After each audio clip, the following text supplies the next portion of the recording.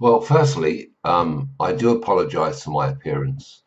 I wouldn't normally come onto cam looking as dishevelled and unshaven as I am.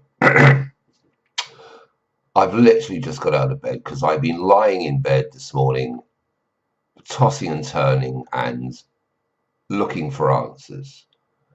And I need your help. I need to understand a certain process. And the only way I can describe it is to talk about abusive relationships.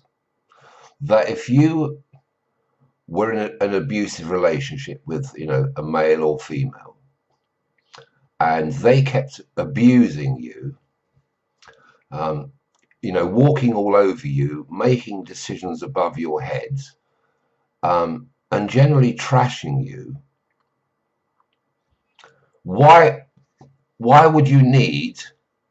What is it that would drive you to keep going back into that toxic, codependent relationship if it was unhealthy? If the only reason you would do that was to think that somehow you could fix it, that it was your fault, that you were somehow to blame, and yeah, it was part of you that you just had to sort of to go back and keep trying and trying and trying again. But the more you did or do, nothing changes, and it's still excuse me, a toxic and abusive relationship. And it's down to conditioning, isn't it? If you keep going back to an unhealthy, toxic, abusive, codependent relationship, it's because mentally you've been conditioned into doing that. You see, if you're a child, if you're a child, and the parent said to you continually, "You're fat and ugly," you are going to grow up as an adult believing you are fat and ugly, aren't you?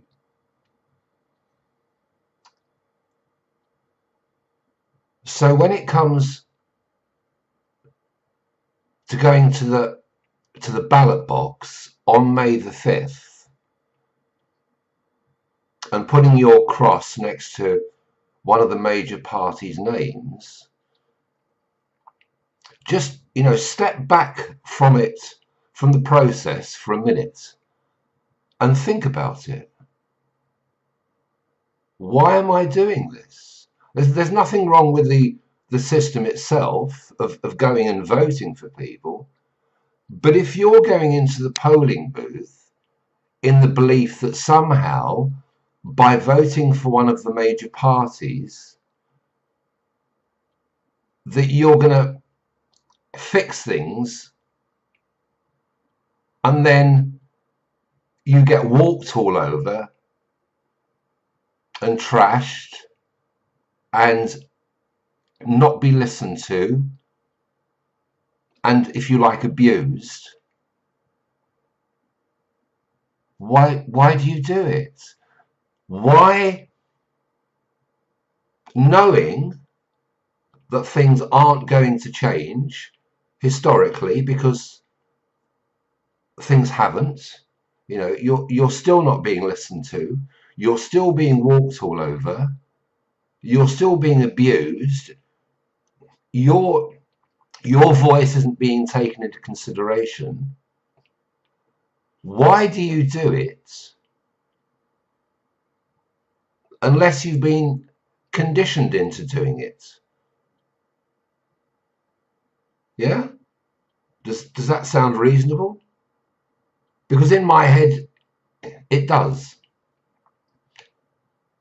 Abusive relationships are always about power and control over the other person. And historically here in Bristol, there have always been administrations that have walked all over you because they don't want democracy. Because the minute they have democracy, they lose that power and control. And it's when you're an abuser, it's a very scary thing to lose that control. Because your power gets taken away from you. I mean, even now, and George Ferguson, okay, he's an independent, but he comes from a background of power and control with a major political party. And that's all he knows. So when it comes to RPZs or 20-mile-an-hour speed limits or inadequate parking at the arena or the closure of important services, it's not really George's fault because he has been conditioned into believing it's the right way. Now, for myself, I've chaired lots and lots of meetings, from support groups, right through to government level, and even in council, the process is everybody sits around the table and they have their say, and at the end of it, a decision has to be made. So the chair, if somebody like myself, would say, right, all those in favour, raise your hands. All those against, raise your hands. And all abstainers, raise your hands. And I would, as chair, I would go with the majority. So why is that courtesy not extended to you as the member of the public? It's almost as if you don't count. You're dismissed. You're meaningless. And therefore, decisions are made above your head that you wouldn't necessarily agree with. And that's why, excuse me again, a lot of people feel disenfranchised from politics because, well, why should I bother? They're not going to listen to me anyway. They're just going to do what they do. And yet, when election time comes, you still go back to that polling booth and go back to that destructive, undemocratic, abusive relationship. Okay, I accept there's no domestic violence, but there doesn't have to be violence in a relationship to make it abusive. You're an intelligent person. I know you're intelligent. You know you're intelligent. So why do you continue to go back to a toxic, uncaring, undemocratic, abusive, unhealthily codependent relationship? Time after time after time. If you haven't been conditioned into doing that and voting for the parties who are going to abuse you, why do you do it? Think about it. Why do you do it other than the fact that you've been conditioned? Just take a few seconds now. Think about it.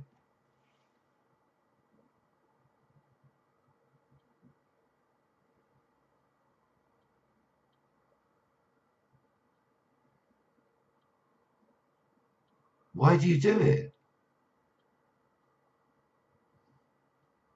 If I'm not right, please help me to understand the process and where I'm somehow getting it wrong. Because at the moment, I'm struggling to see it.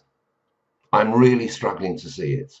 And I'm worried, excuse me, I'm worried for you that you will go back into that polling booth on May the 5th and you'll do it all over again and have yet another toxic, unhealthy, abusive relationship. That's my concern, and I want to know why you would do that. Why you would do that. Why you would go back to an abusive relationship. Because that's, to my mind, what the others are offering. You know, you're getting all the little sweeties handed to you and everything else to make it that you will vote for them, and they'll promise you the earth, and I'm sorry, I'll never do it again. The political system is absolutely wrong, and it has to change. It has to change on May the 5th. Then you will not have a toxic, unhealthy, abusive relationship. Because where I'm concerned, and I know Paul Saville and Christine Townsend are on exactly the same page as me, you will be listened to. Your voice is important. So where in your thinking, why wouldn't you, as an intelligent person, want out of what would be an abusive relationship, an undemocratic relationship?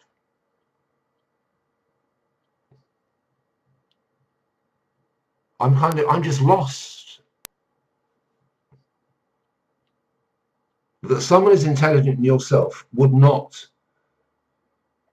see that voting for the major party, and even George, to be fair, because power and control is all he knows.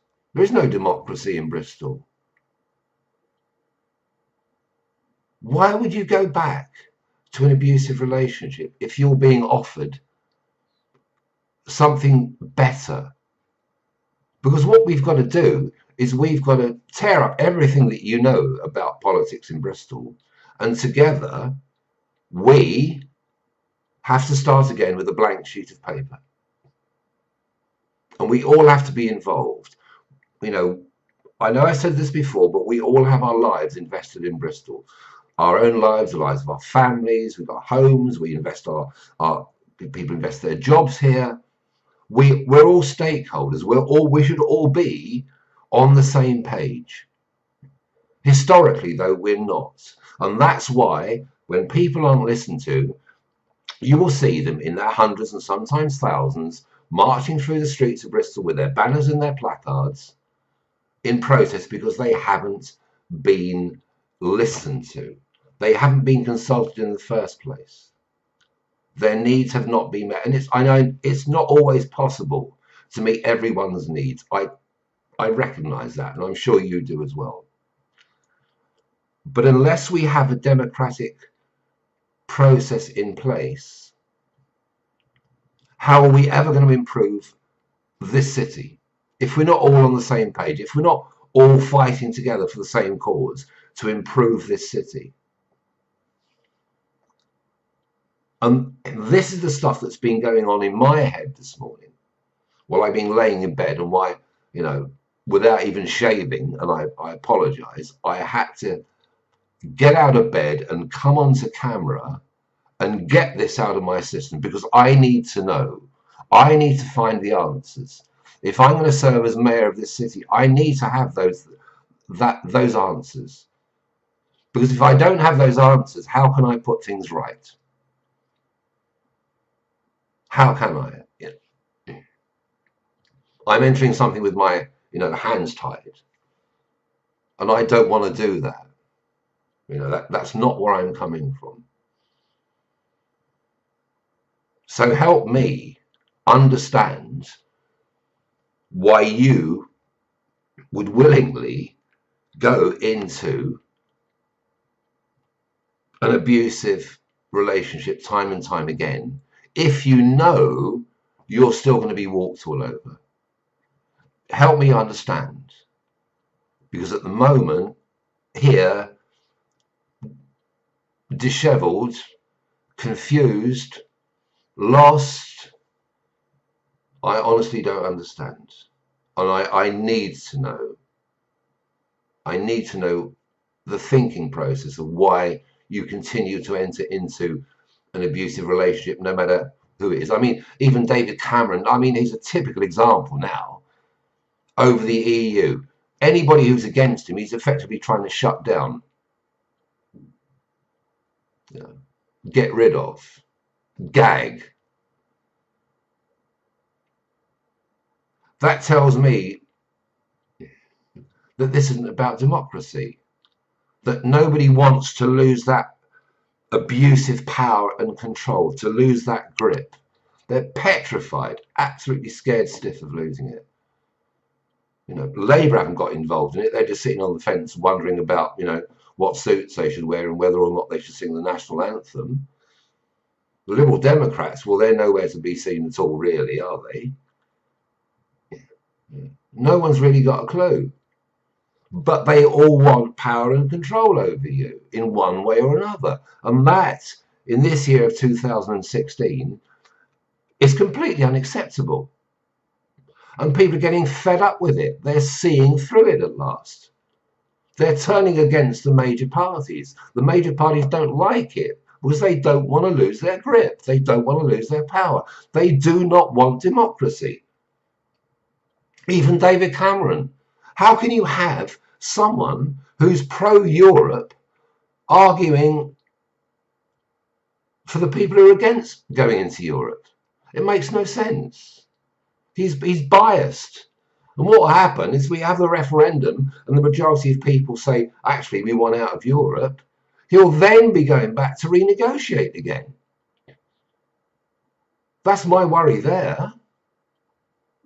So, you know, you don't have a democratic voice. You do not have a you know, that alone should tell you you don't have a democratic voice. So again, it's an abusive relationship. Why?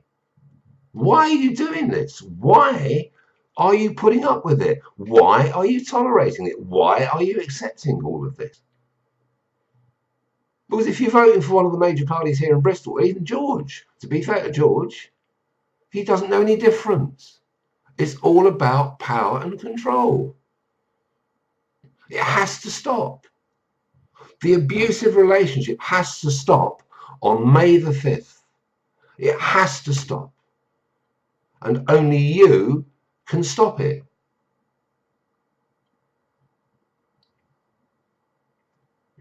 I don't know what else to say because I'm lost for words. Think about it on May the 5th. Do you really want to go into that polling booth and vote for an abusive relationship again? Do you really want to do that? Because the only three people that I know of who can deliver a very non-abusive, fully inclusive, democratic relationship: Christine Townsend, Paul Saville, and myself. So make your choice. Abusive, non-abusive, democratic, undemocratic, toxic, non-toxic, codependent. Do you really want that? Where one feeds off the other in order for the other to survive? Or not? Tell me why. Help me understand. Because I don't. I really don't understand the logic of it.